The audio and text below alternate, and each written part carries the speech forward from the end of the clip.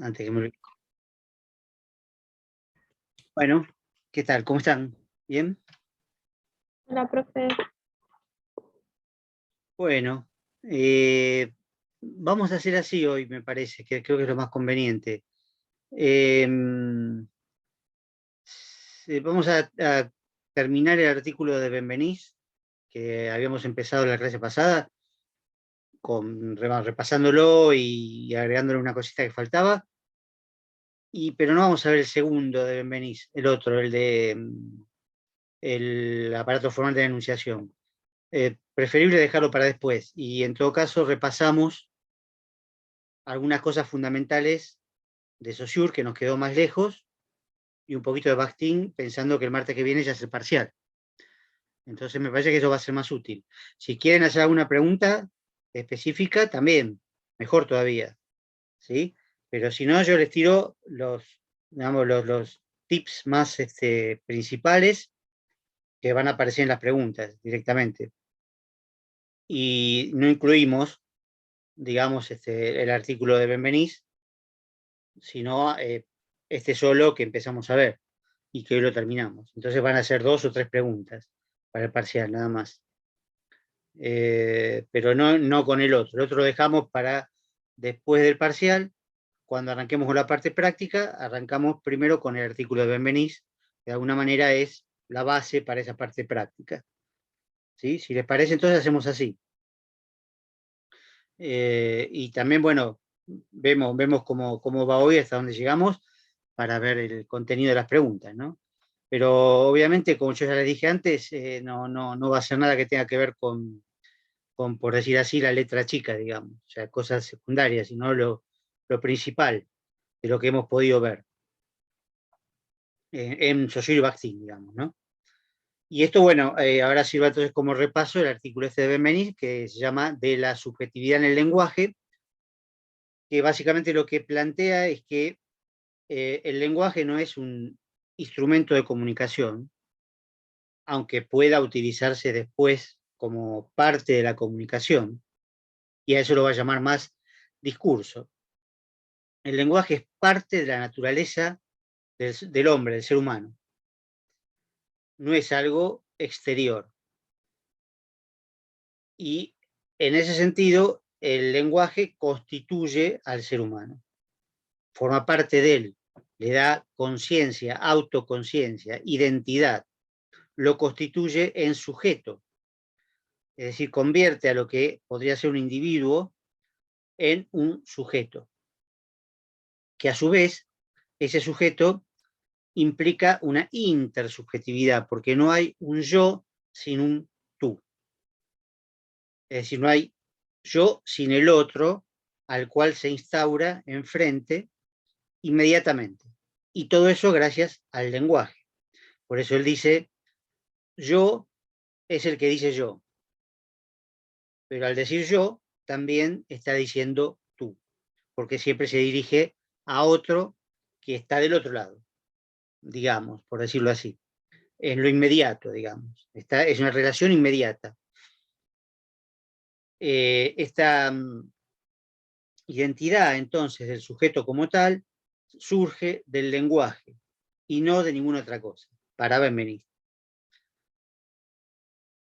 Esto también hay algo importante que la otra vez no mencionamos completamente, que es la existencia de los pronombres personales, que para Benveniste está más que los pronombres personales, habría que decir la categoría de persona, que después lo vamos a ver en la parte práctica, ¿no? Porque hay que empezar a reconocerla en donde aparece en castellano.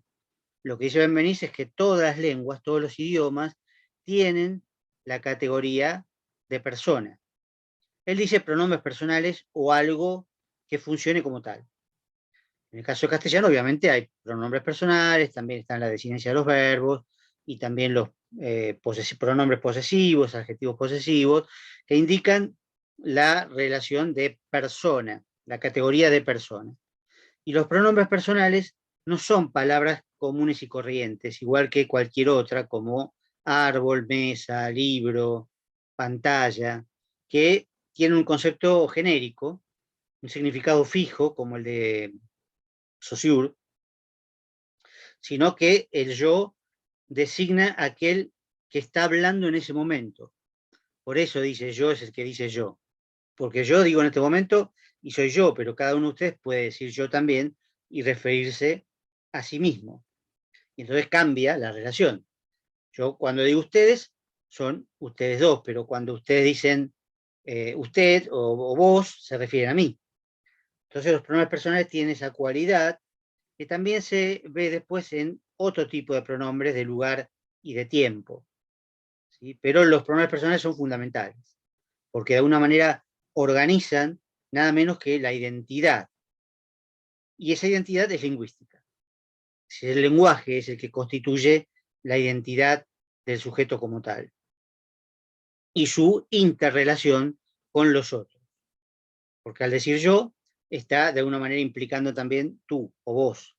Y también está implicando de alguna manera él o ella o ellos o ellas. ¿Sí? Es decir, aquellos que no participan de ese intercambio comunicativo directo, pero que están de alguna manera. Eso ya después lo vamos a ver más adelante con más detalle en función de reconocerlo en la práctica, reconocerlo en los textos, ¿no?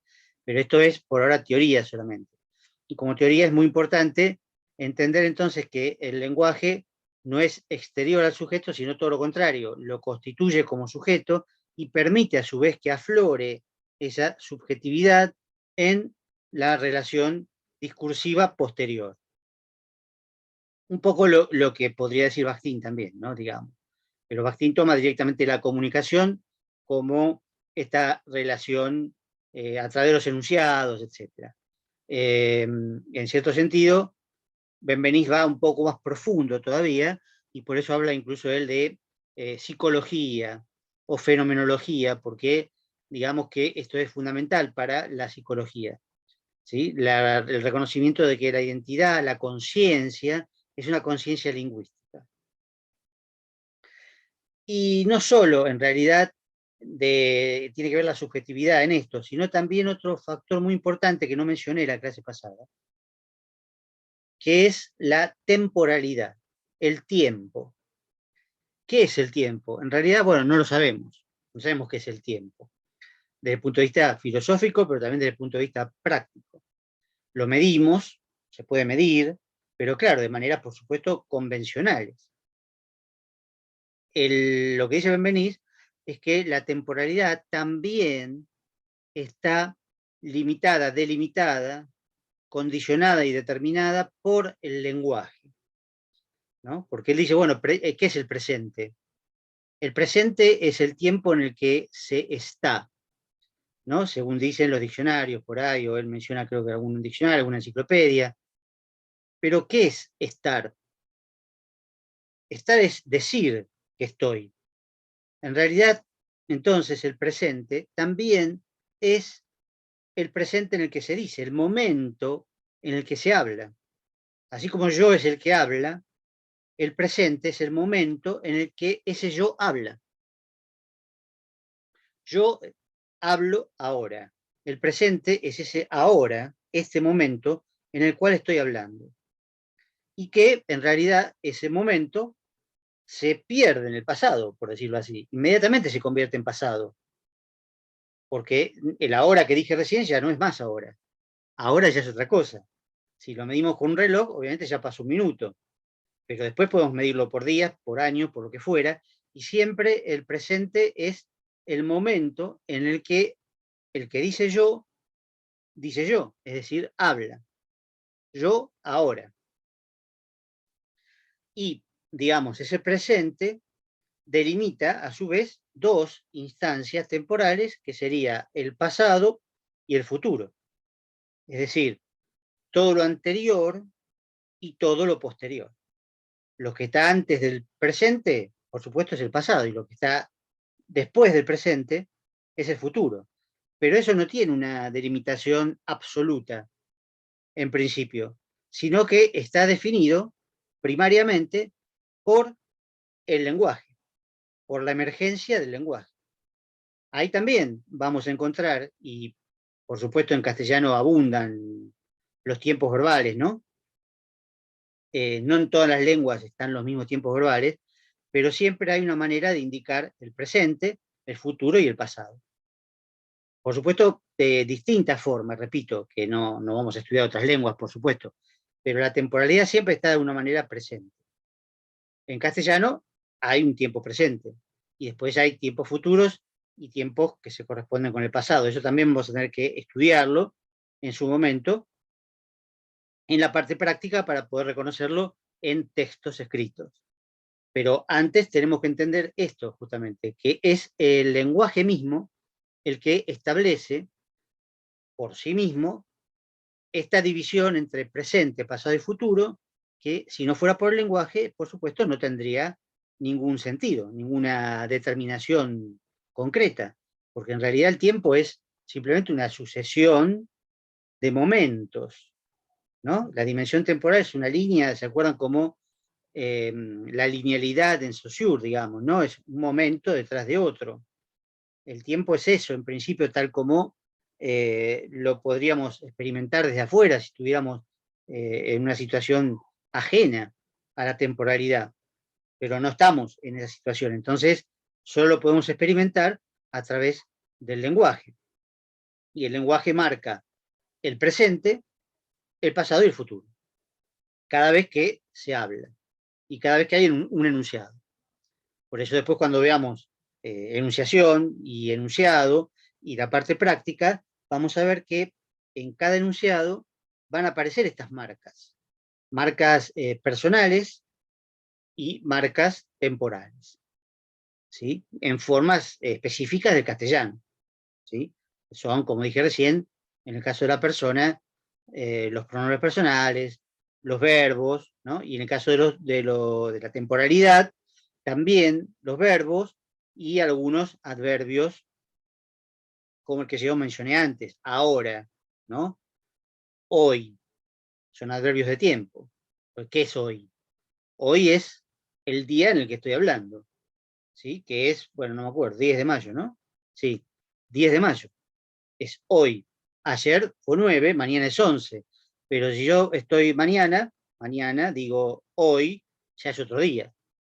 Es decir, que el presente va cambiando. Es como si viniera del futuro y se fuera hacia el pasado. Sí, el tiempo es fluido, es una dimensión que fluye, pero el lenguaje lo parte en tres de manera provisoria.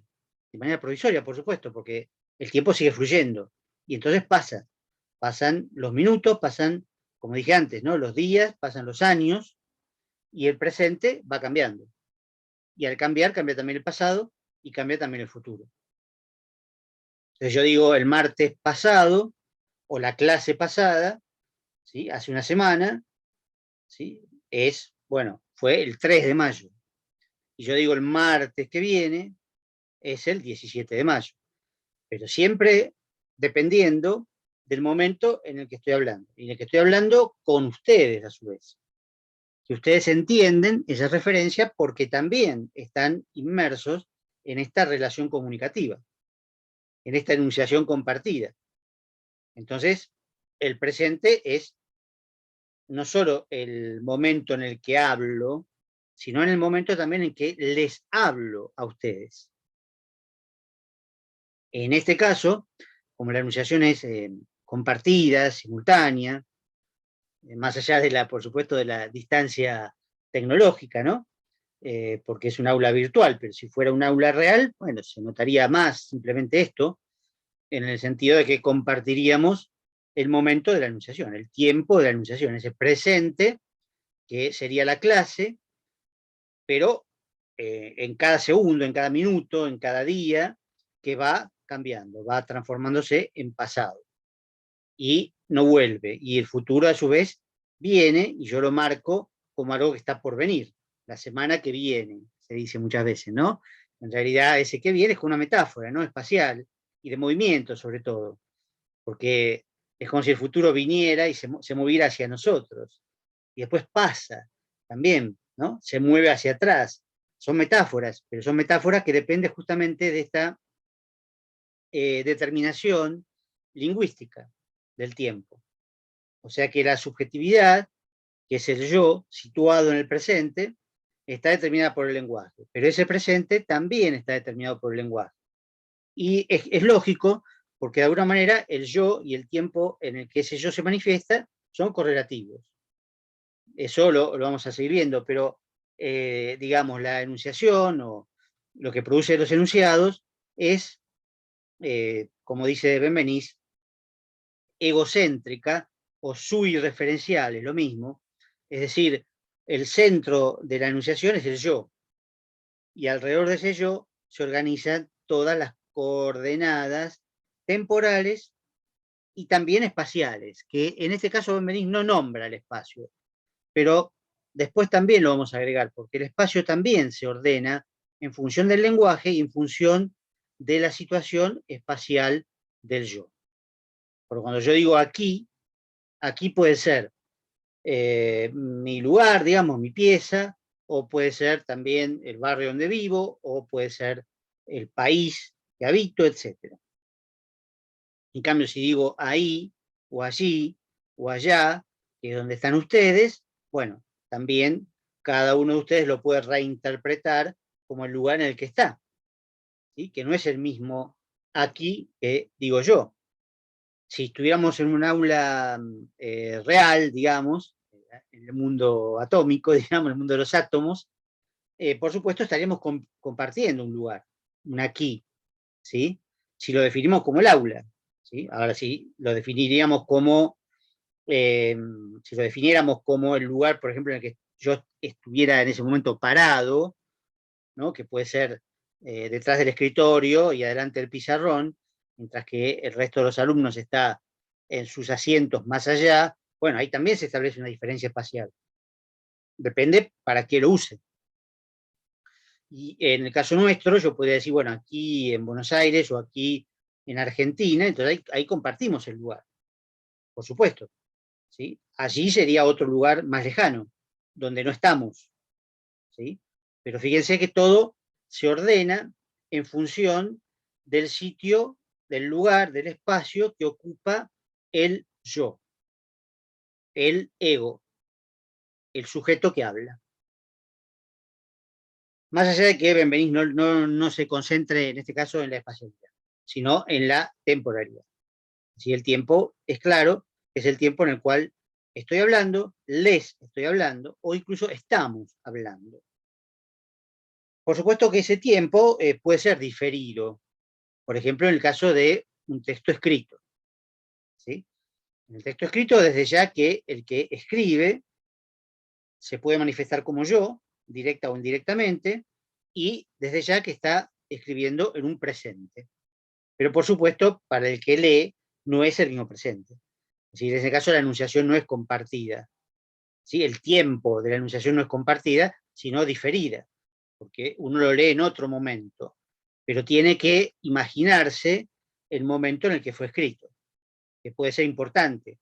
Eso lo vamos a ver en la parte práctica, digamos. El momento que importa es el momento o tiempo de la enunciación, no el tiempo de la lectura, porque el tiempo de la lectura, en el caso de algo escrito, o también en el caso de un enunciado oral, pero que sea grabado, por ejemplo, ¿no? Como cuando escriben, cuando escuchan por ahí las clases grabadas, ¿no? Que yo las dejo grabadas y ustedes por ahí las pueden escuchar después, pero ahí en el momento de escucha tampoco es el momento en que yo estaba hablando. Entonces, si yo dije hoy, en esa clase, cuando ustedes escuchan hoy, ¿sí? No es el mismo hoy, no es la misma fecha, no es el mismo día, ¿no? Porque el enunciado, la enunciación como producto, como producción, digo, el enunciado es el producto, la enunciación es diferida, es decir, ocurre en otro momento. Yo estoy en un momento hablando y, digamos, escriba o grabe, por supuesto, dejo el enunciado como un producto perceptible, que ustedes después pueden percibir, ya sea leyendo u oyendo la clase, pero tienen que reinterpretar todas esas marcas temporales o espaciales, pero más que nada temporales.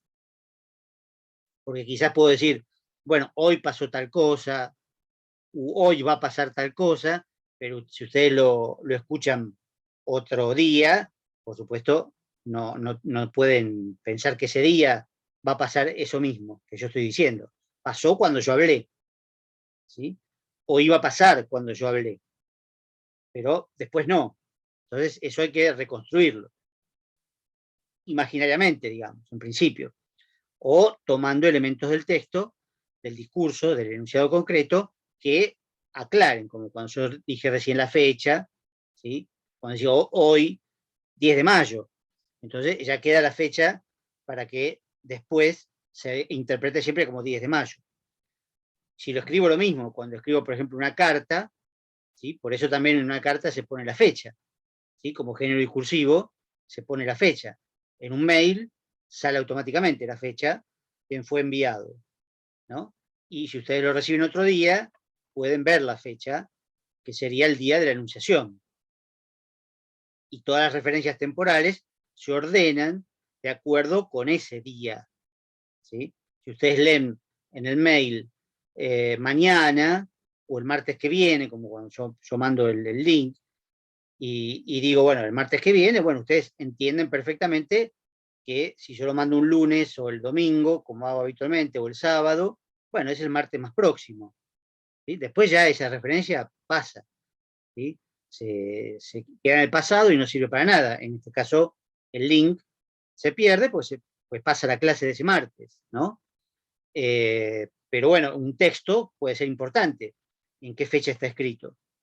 Porque da un montón de situaciones de contexto, temporales y después espaciales también, si aparece en algún momento el lugar. En el caso de las cartas, como vimos, se solía poner Buenos Aires, 10 de mayo del año. Bueno, entonces, porque también el lugar podía ser importante, o sea, desde dónde está escribiendo, que en realidad es supuesto, porque no tiene por qué ser verdad. Se puede poner otro lugar, un lugar cualquiera, ¿sí?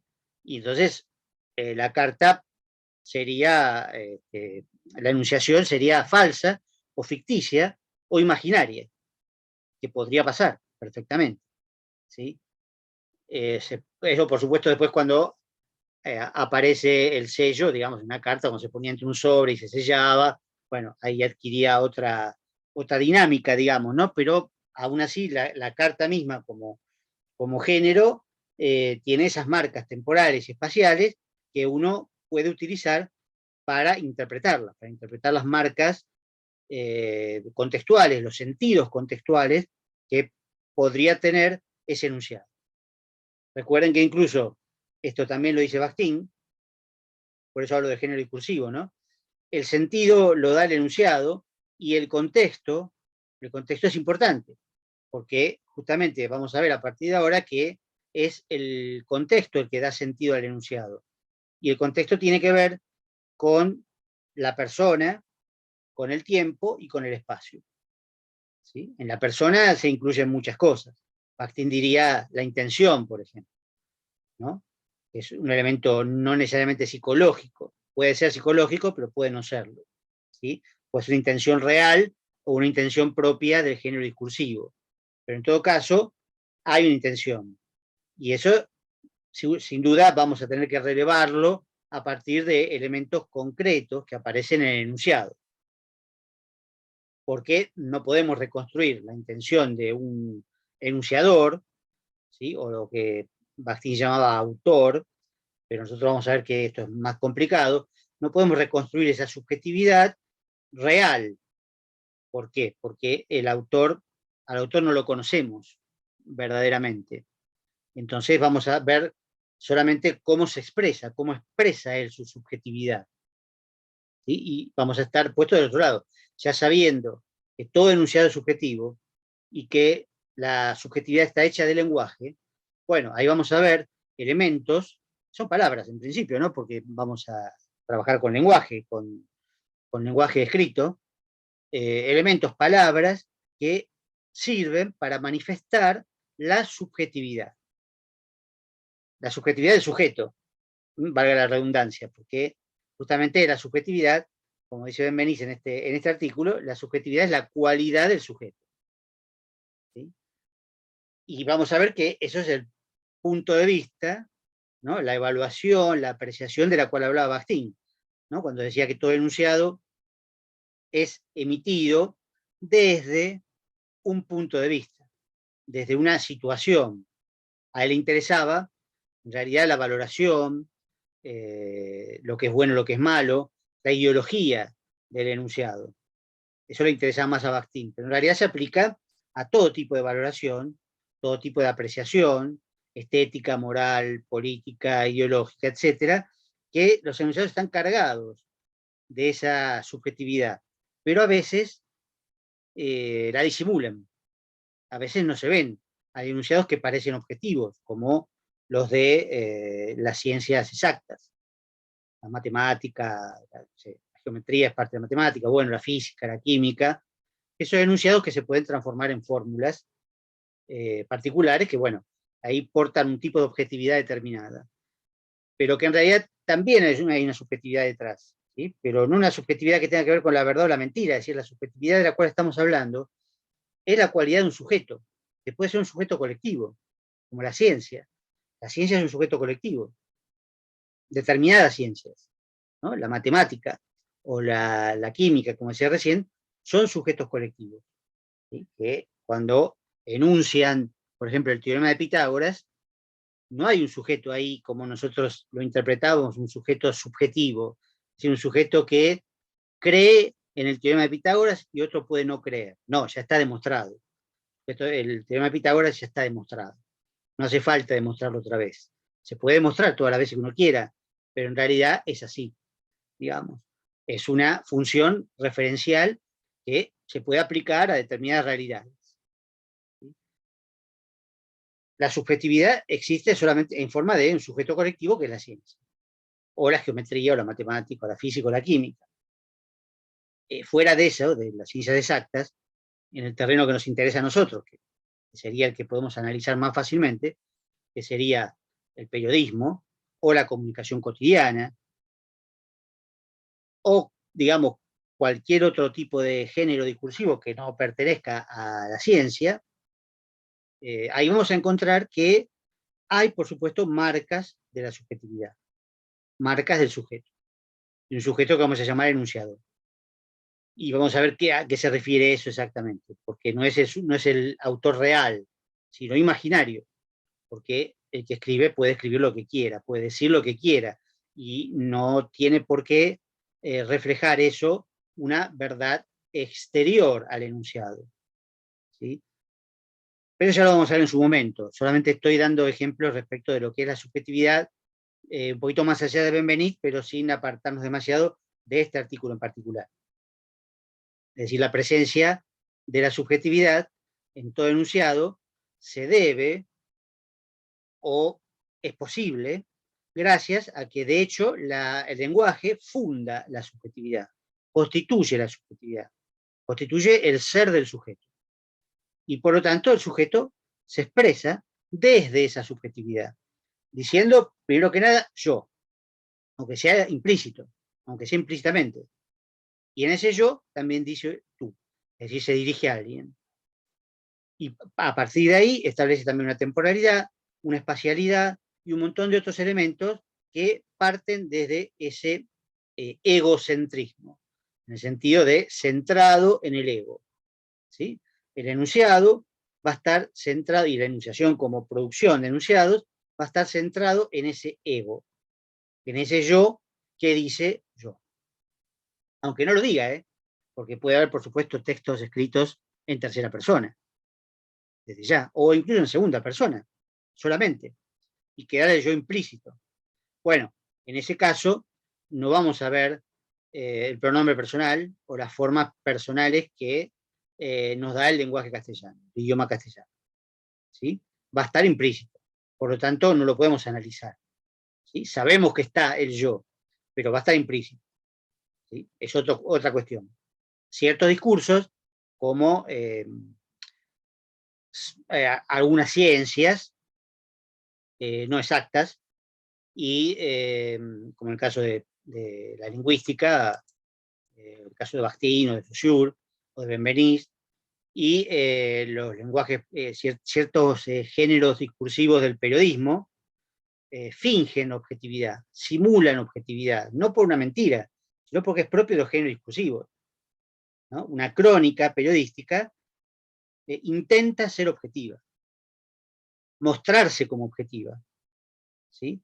Pero no, sabemos que es subjetiva igual. Y vamos a tratar de averiguar, de investigar cómo se ve esa subjetividad, cómo aparece esa subjetividad, muchas veces de manera sutil, de manera oculta, ¿sí? No podemos saber si con mala o buena intención, aunque podemos sospechar que haya un engaño, ¿sí? O una mala intención. Pero ahí sobre todo lo que más nos interesa es ver la posición, la valoración que se hace sobre el mundo y la ideología que está detrás, que eso inevitablemente es subjetivo, porque no se puede zafar de una ideología o de una forma de ver el mundo, que no es individual tampoco, sino que es de clase o de género o de etnia, etc. O sea, una visión colectiva, un enunciador colectivo, en el cual el yo está inmerso. Y eso se puede ver en textos, por supuesto, elegidos para eso, digamos, ¿no? Sobre todo periodísticos, porque en el periodismo, como hemos visto, hay mucha ideología, mucha retórica dirigida a convencer, ¿no? A convencer. Y por supuesto, en los discursos políticos también. Pero en los discursos políticos, digamos que fingir objetividad es medio raro. Se sabe, digamos, que el político habla desde su lugar ideológico. Entonces, bueno, qué sé yo, pensar que es objetivo es bastante absurdo. Pero hay géneros como el periodístico que están dirigidos a provocar en el otro una creencia de tal forma que tiene que tratar de ser objetivo, de mostrarse como objetivo para que esa creencia sea más fácil de provocar, porque si yo siempre me muestro como subjetivo, el otro probablemente va a desconfiar más, ¿sí? Salvo que ya crea en mí, pero entonces si ya cree en mí, ¿para qué lo voy a convencer? Si estoy tratando de convencerlo, voy a construir enunciados que finjan objetividad, que construyan una objetividad posible, pero nosotros vamos a tratar de deconstruirlo, justamente como se dice, y de analizar esa subjetividad oculta. Es decir, cómo aparece el yo, cómo aparece el nosotros, que es todo un tema el nosotros. ¿Quién es nosotros? Cuando se dice nosotros. En castellano, que por supuesto en otros idiomas es igual, pero también tiene diferencias, puede tener diferencias, pero cuando uno dice nosotros, ¿a qué se está refiriendo? ¿Quién es nosotros? ¿Quiénes son los que están incluidos en nosotros? O cuando se dice ustedes, ¿quiénes son ustedes? A veces es evidente, porque si yo digo ustedes en este contexto, como decía antes, son ustedes dos, pero otras veces no es tan evidente, y mucho menos cuando el discurso queda escrito. Y al quedar escrito, bueno, digamos, como decía antes, hay que reconstruir el contexto de enunciación y ver o imaginar quiénes eran esos ustedes a quien se dirigía el enunciador. ¿Quiénes eran esos nosotros donde el enunciador se incluye? Porque hay muchas posibilidades de nosotros, ¿sí? Hay muchas posibilidades. Y esa forma de construir un nosotros es muy interesante para analizar, muy, muy interesante, porque nos da un montón de posibilidades de sentidos distintos, en castellano sobre todo, ¿no? Y en la segunda persona también, del plural, ¿no? De ustedes, también hay distintas posibilidades, no tantas como nosotros, pero hay. Y entonces eso vamos a tratar de analizarlo. Pero bueno, no me adelanto más, concluyo con eso, con el ejemplo final de Benveniste, que dice, hay algunos verbos que cuando los pongo en primera persona, producen una acción, ¿no? Cuando digo yo juro, yo prometo, o yo me comprometo, o yo declaro tal cosa, bueno, evidentemente estoy produciendo esa acción que dice el verbo. Cuando yo juro, no estoy describiendo solamente una expresión mía, un estado emocional o algo que creo, que pienso sobre la realidad. No, estoy jurando. Estoy jurando mediante el verbo juro en primera persona. Y si juro, me estoy comprometiendo a realizar determinada acción o comportarme de determinada manera o decir la verdad, como en un juicio, cuando uno jura decir la verdad, ¿sí? Que se compromete y entonces si no lo dice, si se comprueba que estaba mintiendo, va a ser castigado, ¿sí? Por falso testimonio, perjurio, como se llame ahora, no, depende del contexto. ¿no? Eso también, digamos, yo juro, bueno, efectivamente juro decir la verdad en ese contexto. En otro caso puedo jurar llegar temprano, o puedo jurar como el juramento profesional, hipocrático de los médicos, bueno, que me comportaré de determinada manera como médico, como profesional, frente a los pacientes, frente al secreto profesional, etc. Bueno, se está jurando y se está comprometiendo. Si después no cumple, va a ser sancionado por no haber cumplido el juramento. Y eso todo mediante un verbo que implica una acción en el momento en que se dice. Por supuesto, no en el vacío, ¿no? Sino en un contexto determinado, desde ya.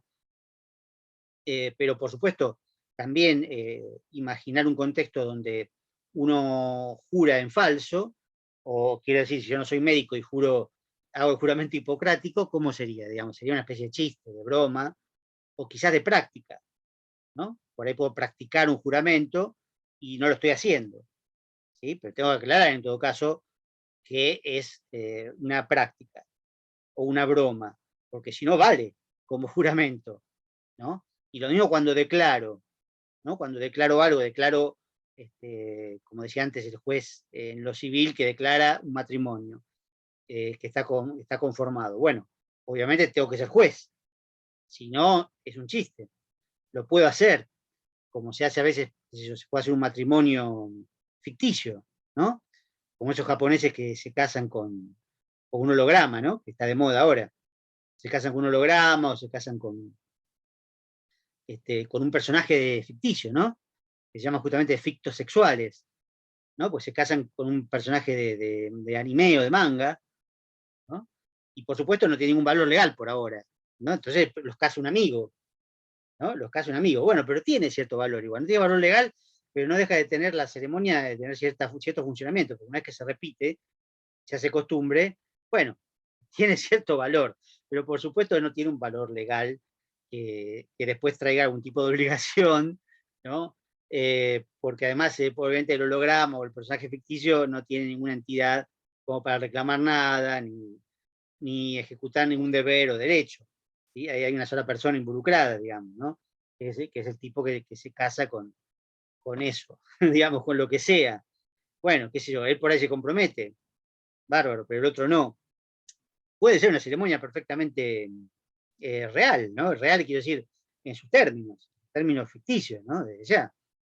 Pero por supuesto no es lo mismo que un matrimonio real o legal por ahora, porque después quizás sí pueda hacerlo, lo mismo que una herencia, un testamento, ¿no? Como yo digo, yo lego mis bienes a fulano de tal, bueno, yo lo hago, eso se puede grabar, se puede escribir, no acá, digamos, acá no se puede testar, en principio se puede testar solamente una parte muy breve, digamos, muy chica de los bienes, pero en otros países se puede testar de cualquier manera, se puede testar todos los bienes, ¿no? Hay gente que lega sus bienes, en Estados Unidos, por ejemplo, puede legar sus bienes a sus mascotas, ¿no? O a cualquiera que no sea de la familia, ¿no? Es decir, es totalmente libre. Pero la cuestión es que cuando dice yo lego, yo heredo, yo dejo mis bienes a, bueno, ya eso queda consignado, por supuesto con una firma, queda consignado como legal, ¿no? Y esa, bueno, es la potencia de la primera persona, ¿no? Para Benveniste. Así que bueno, ahora, después cuando se corte, vamos atrás, si tienen una pregunta sobre Sociuro Bactín, la pueden activar ahora, la pueden recordar ahora, o si no, yo les largo los tips, las cosas que tienen que fijarse con mayor intensidad ahora que les queda una semana para ver y que van a ser el motivo de las preguntas, ¿no? Los temas de las preguntas, seguro, ¿no? Sean 2 o 3. Así que bueno, esto se corta en cualquier momento y vayan pensándolo. Háganme acordar que grabe igual después.